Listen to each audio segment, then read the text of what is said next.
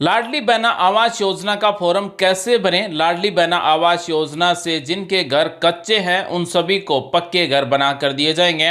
लाडली बहना आवास योजना के लिए एक फॉर्म भरा जाएगा। फॉर्म कैसे भरा जाएगा आज हम आपको बताने वाले हैं।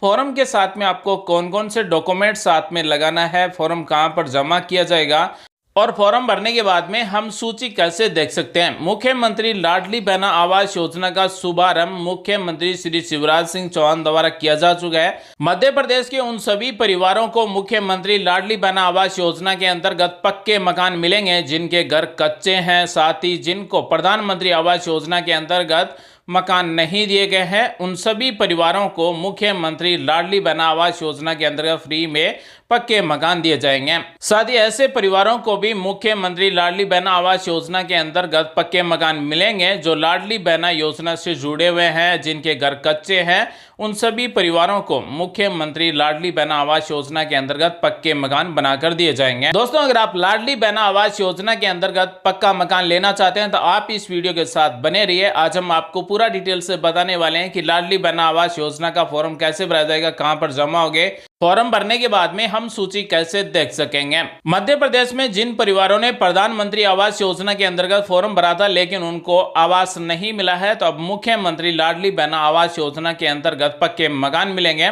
मुख्यमंत्री लाडली बहना आवास योजना के अंतर्गत लगभग 4,75,000 से ज्यादा परिवारों को इस योजना के अंतर्गत पक्के मकान मिलेंगे।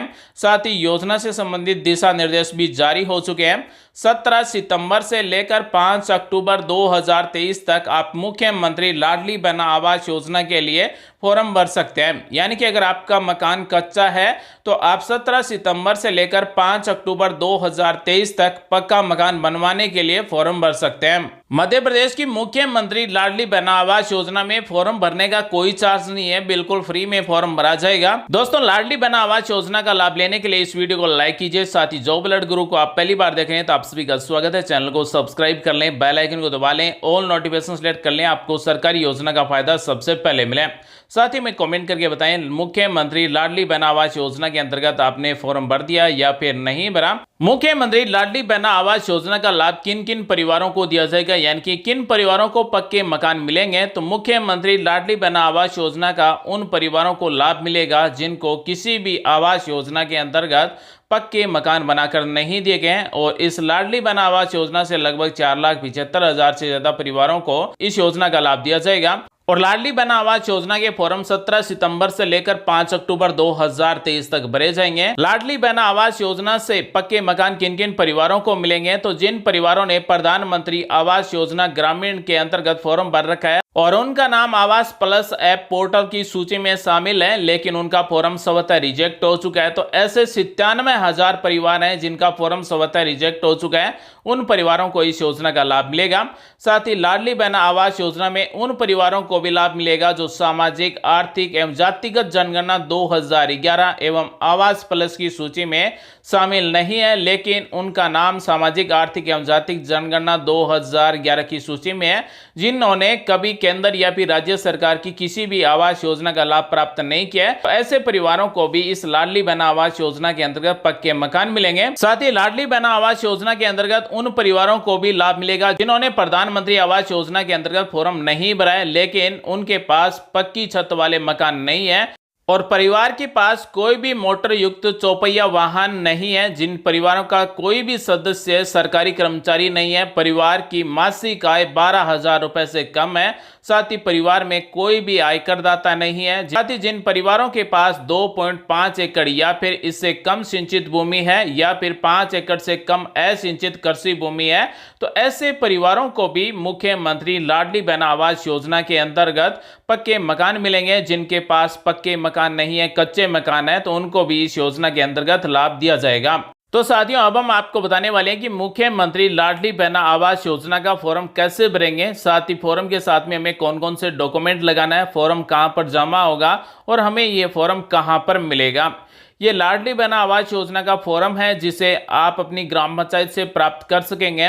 यहाँ पर सबसे पहले ग्राम पंचायत का नाम लिखा जाएगा, उसके बाद में जनपद का नाम लिखा जाएगा और उसके बाद में जिले का नाम लिखा जाएगा। ये मुख्यमंत्री लाडली बहना आवास योजना का एक पेज का फॉर्म है जिसे आपको पेन से भरना होगा। उसके बाद में 1 नंबर पर आवेदक हितग्राही का नाम या फिर पता दिया गया था। यहाँ पर जो भी आवेदन करने वाला महिला या फिर पुरुष है उसका नाम लिखा जाएगा और उसके बाद में पूरा एड्रेस यहाँ पर लिखा जाएगा। उसके बाद में 2 नंबर में आयु लिखनी है, उम्र कितनी है, 25 वर्ष, 30 वर्ष, 40 वर्ष, जो भी आयु है वो आयु लिखी जाएगी। उसके बाद में 3 नंबर है पिता या फिर पति का नाम लिखा जाएगा। उसके बाद में 4 नंबर में जाति क्या है वो लिखी जाएगी। उसके बाद में वर्ग लिखा जाएगा, SC ST OBC जनरल जो भी है। उसके बाद में 5 नंबर में पूछा गया लिंग क्या है, महिला या फिर पुरुष। उसके बाद में 6 नंबर में पूछा गया परिवार की वार्षिक आय कितनी है, यानी कि पूरे परिवार की सालाना आय कितनी है। तो यहाँ पर आप 30,000, 40,000, 50,000 जितने भी परिवार की आय है वो लिखी जाएगी, लेकिन आय है वो 2,50,000 रुपए से कम ही होनी चाहिए। अगर आपकी आय 2,50,000 रुपए से ज़्यादा की है तो आपको इस योजना के अंतर्गत लाभ नहीं मिलेगा। 7 नंबर में पूछा गया कि परिवार में किसी सदस्य को पूर्व में आवास का लाभ प्राप्त हुआ है, यानी कि परिवार में माता पिता भाई बहन परिवार में किसी को भी आवास योजना का लाभ अगर प्राप्त हुआ है तो यहाँ पर हाँ लिखना है, अन्यथा नहीं लिखना है। अगर परिवार में किसी को भी आवास योजना का लाभ प्राप्त हुआ है तो इस योजना के अंतर्गत आवास नहीं दिए जाएंगे। 8 नंबर में पूछा गया परिवार का प्रकार क्या है। 1 नंबर दिया गया संयुक्त परिवार, 2 नंबर है एकांकी परिवार यानी कि पति पत्नी एवं अविवाहित बच्चे। अगर माता पिता भाई बहन साथ में रह रहे हैं तो संयुक्त परिवार पर राइट का निशान लगाना है। उसके बाद में अगर माता पिता भाई बहन साथ में नहीं रह रहे हैं, केवल पति पत्नी और अविवाहित बच्चे ही रह रहे हैं, तो यहाँ पर 2 नंबर में राइट का निशान लगाना है। उसके बाद में 9 नंबर में आधार नंबर पूछा गया है, तो जो भी फॉर्म भर रहा है उसके आधार नंबर लिखे जाएंगे। और 10 नंबर में समग्र आईडी नंबर लिखा गया है, तो आपके परिवार का जो समग्र आईडी कार्ड है उसके सबसे ऊपर नंबर दिखे हैं वो नंबर लिखेंगे। उसके बाद में 11 नंबर में अगर आपके परिवार का जॉब कार्ड बना हुआ है तो जॉब कार्ड नंबर लिखेंगे। 12 नंबर में एक्टिव मोबाइल नंबर लिखेंगे ताकि हमें फॉर्म भरने के बाद में मैसेज मिल सके। उसके बाद में 13 नंबर में पूछा गया कि वर्तमान आवास की स्थिति क्या है, यानी कि आवासहीन है या फिर 1 रूम कच्चा है या फिर 2 रूम कच्चा है। तो यहाँ पर आपके पास जो भी मकान है, 1 मकान है कच्चा या फिर 2 मकान कच्चा है या फिर अगर आपके पास शून्य है तो यहाँ पर आवासहीन भी लिख सकते हैं। उसके बाद में 14 नंबर पूछा गया कि परिवार में मुख्यमंत्री लाडली बहना का लाभार्थी है तो पंजीयन संख्या टाइप करें। अगर आपको लाडली बहना योजना के अंतर्गत लाभ प्राप्त हो रहा है तो यहाँ पर आपको वो पंजीयन क्रमांक यहाँ पर आपको लिखना है। अगर परिवार में किसी को भी मुख्यमंत्री लाडली बहना का लाभ नहीं मिल रहा है तो आप इसे खाली छोड़ सकते हैं। उसके बाद में घोषणा दी गई है कि जो भी जानकारी मेरे द्वारा दी गई है वो सही है, अगर गलत पाई जाती है तो मेरे फॉर्म को रद्द किया जा सकता है और उसकी संपूर्ण जिम्मेदारी मेरी होगी। उसके बाद में यहाँ पर जिस दिन आप फॉर्म भर रहे हैं वो तारीख लिखी जाएगी, कौन से स्थान से फॉर्म भर रहा है उस स्थान का नाम लिखा जाएगा, जो भी आवेदन करने वाला है उसके हस्ताक्षर होंगे और आवेदक का पूरा नाम यहाँ पर लिखा जाएगा। अब ये पूरा फॉर्म भरा जा चुका है। उसके बाद में ये पावती रसीद हमें वापस दी जाएगी कि हमने मुख्यमंत्री लाडली बहना आवास योजना में फॉर्म भर दिया है।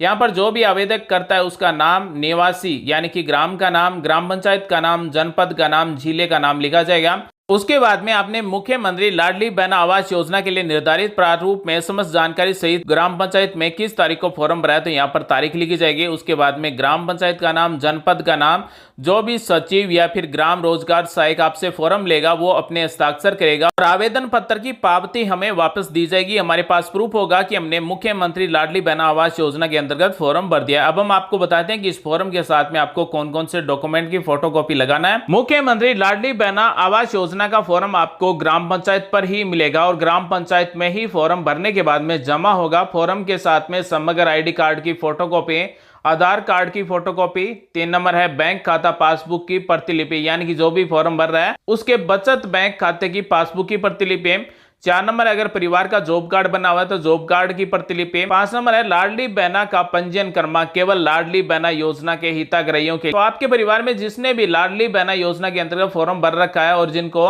हर महीने किस्तें मिल रही है तो उस फॉर्म की प्रतिलिपि, और 6 नंबर है स्वयं के द्वारा सत्यापित प्रति जमा करना होगा, यानी कि एक स्वपथ पत्र जमा करवाना होगा जिस पर यह लिखा जाएगा कि आपको कभी भी किसी भी आवास योजना के अंतर्गत आवास नहीं दिए गए हैं और आपका जो मकान है वो कच्चा मकान है या फिर आवासहीन परिवार, तो इस तरह का एक शपथ पत्र आपसे भरवाया जाएगा और उसके बाद में ये फॉर्म ग्राम पंचायत में जमा करवाया जाएगा।